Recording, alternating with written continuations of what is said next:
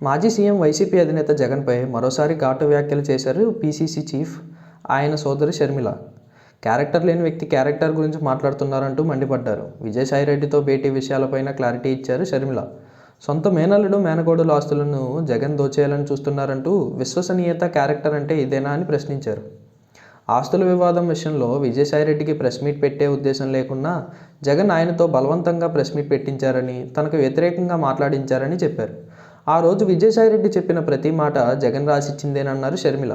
ఇటీవల భేటీలో విజయసాయిరెడ్డి తనకు ఈ మాట చెప్పారన్నారు షర్మిల. ఆస్తుల్లో సమాన వాటా ఉందని కుటుంబంలోని అందరికీ తెలుసన్నారు షర్మిల. అయినప్పటికీ జగన్ సొంత మేనల్లుడు మేనకోడలు ఆస్తి కాజేయాలని చూస్తున్నాడన్నారు. విశ్వసనీయత అంటూ జగన్ మాట్లాడిన మాటలకు చురుకులు అంటించారు షర్మిల.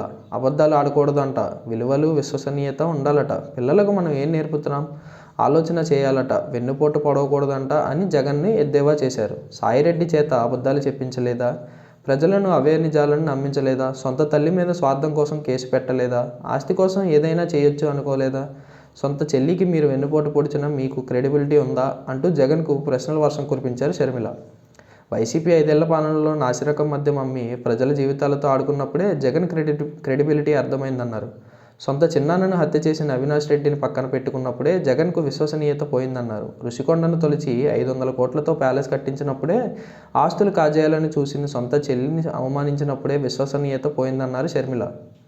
మరోవైపు గుంటూరు నగరపాలక సంస్థ కూటమి మేయర్ అభ్యర్థిగా కోవెలమూడి రవీంద్ర నాని పేరును ప్రకటించింది. కేంద్ర మంత్రి డాక్టర్ పెమ్మసాని చంద్రశేఖర్ ఆధ్వర్యంలో టీడీపీ శాసనసభ్యులు నగరపాలక సంస్థ కార్పొరేటర్లతో సమీక్ష సమావేశం నిర్వహించారు. మంత్రి నారా లోకేష్ ఆదేశాలకు అనుగుణంగా స్థానిక 37వ division corporation TTD floor leader Kovelamudi రవీంద్రని మేయర్ అభ్యర్థిగా నిర్ణయించారు. గుంటూరు పశ్చిమ నియోజకవర్గం ఇన్ఛార్జిగా 2019-24 వరకు ఆయన వ్యవహరించారు.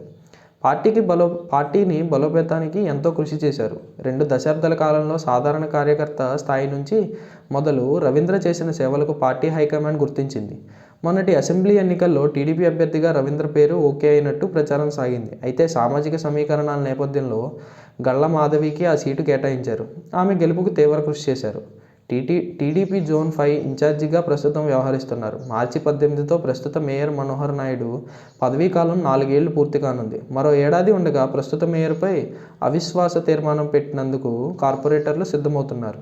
గతంలో టీడీపీ హయాంలో 4 ఏళ్ల వరకు మేయర్పై ఎలాంటి అవిశ్వాస తీర్మానం పెట్టరాదని బిల్లు తెచ్చిన విషయం తెలిసిందే. ఇటీవల కార్పొరేషన్ స్టాండింగ్ కమిటీ ఎన్నికల్లో 6 స్టాండింగ్ కమిటీలను టీడీపీ దక్కించుకుంది. అందులో కోవెలమూడి కీలక పాత్ర పోషించారు. ఎక్స్ అఫిషియో సభ్యులుగా కూడా టీడీపీ ప్రజాప్రతినిధులే ఉండటం మరో కలిసి వచ్చే ఒక అంశం. ఈ నేపథ్యంలో మేయర్ పీఠం కూటమిని దక్కించుకోవడం తథ్యమని అంటున్నారు.